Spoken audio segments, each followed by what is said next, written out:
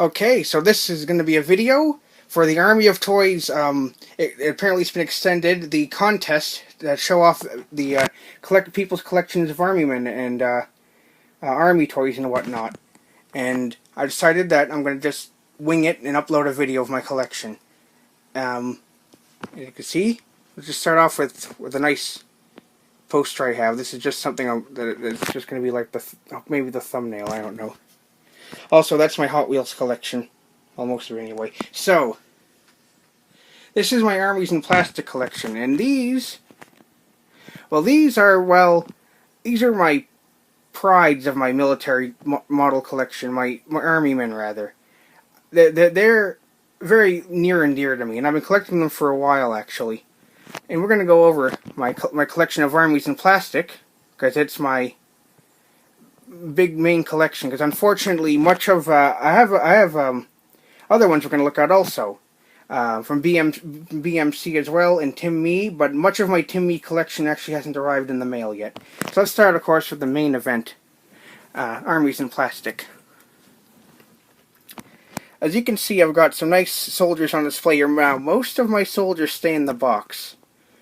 I'm very particular that way. Most of them stay in the box. But here, we'll start off with some German infantry. And these are the 1916 to 1918 soldiers. These I've had for 10 years. These are actually roughly exactly 10 years old. And I bought them back in the summer of 2008. And they're very near and dear to me. And over here, we have some Crimean War cavalry. These are light dragoons.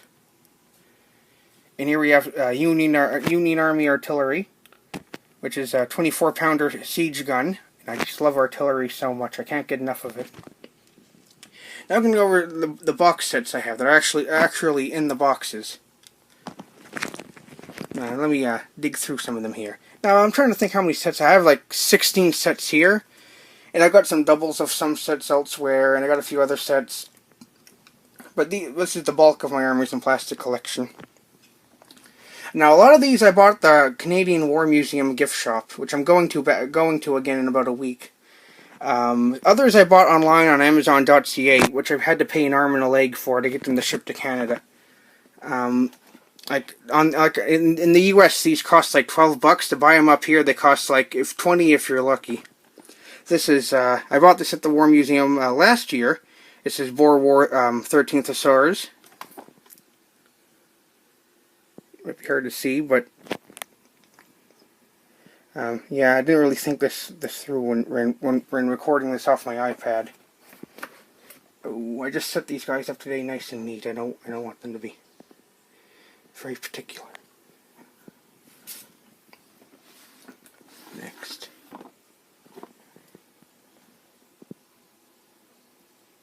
Here we have World War I. Canadian Infantry, CEF.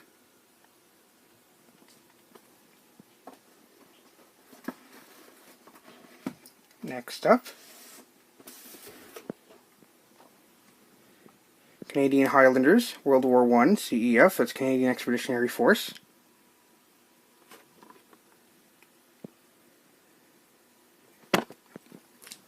Basically imagine the normal CEF but in kilts. Back there, I've just got the Germans again in a box. Napoleonic Wars, 3rd Swiss Infantry, the Voltigeurs, which the idea behind the Voltigeur Light Infantry originally was they'd basically jump up and pull cavalrymen off their horses, and then the French army realized that wasn't really a realistic thing to do, so they just became skirmishers instead. That's what I read anyway. There's actually a couple drummers in this set that I really like. I like the field musicians. I'll put that there for now. This is one of the more recent additions to my collection that I really love. These are the Russian Cossacks from the Russo-Japanese War, and I love these. These are beautiful. Because this is a war that isn't really talked as much, as, say, the Boer War, for instance. I gotta fit that back in there nice and neat. Next up, we have some British Light Infantry from the French and Indian Wars. I got a couple sets of these, actually. Next up, we have, speaking of Boer War, Oh, my arm's getting sore. These are the South African Boers, the Dutch settlers. And I also got the British Army on campaign also. They're in a drawer somewhere. They're one of my bottom drawers. Oh, I'm stacking them high. This set means a lot to me because my father passed away recently and he technically got me this set for Christmas. Well, he gave me the Amazon gift card and I used it to buy this set. And he passed away recently, so this set means a lot to me. I mean, this is the set that I have right here, but this I bought a double of it. This one I kept in the packaging. And it does mean a lot to me. And now we have Napoleonic Wars, British Royal Artillery. Let me put that right back. French and Indian Wars. These are some northeastern woodland Indians. Back here I've got Modern Forces. U.S. Army Operation Iraqi Freedom. Mission accomplished. Maybe not. And next up we have, this is an interesting one, Camel Corps from the Gordon Relief Expedition. Which, for anyone who wants to be interested in knowing, was the first event in Canadian military history where Canadian soldiers were killed overseas, actually. And it comes with camels and a couple men, mounted men, and it comes with a small screw gun, which is like a miniature field gun. And these are really, I like these a lot, because, you know, here we have a nice Franco-Prussian war set, Prussian infantry from the Franco-Prussian War. Oh, I like this. And in a way, they're kind of basically like just recolored versions, reboxed versions of the 1914 Pickelube Germans, but still, you know, it's awesome. It's the box art that counts in a lot of ways, just as much as the individual soldiers in the boxes. Boxer Rebellion, Gatling gun.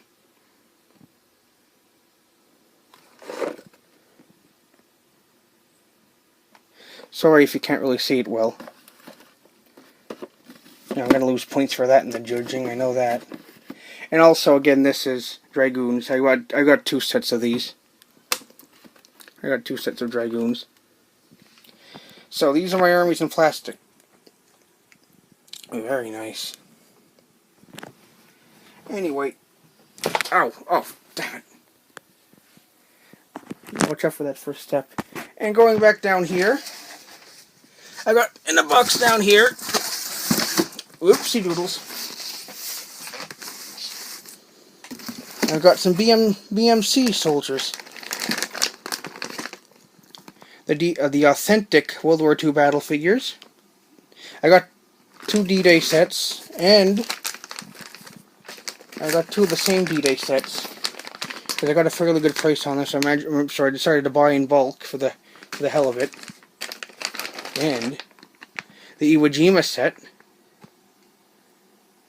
which I really love. I mean, that flag raising, I mean, right there, that would be a great desk piece, but I ain't taking it out of the packaging, though. And finally, the Juno Beach set, which I really love. So that's much of my collection. That's much of it, and I'll be probably doing a future video where I show off, you know, my rest of my Tim Mee stuff when it comes in, because I don't really have much Tim Mee stuff right now, because I just started ordering some. So yeah, this is my Armies in Plastic collection, and I showed you my BMC figures also, and well, I wonder how I'll do in the judging. I'm really just more looking for attention.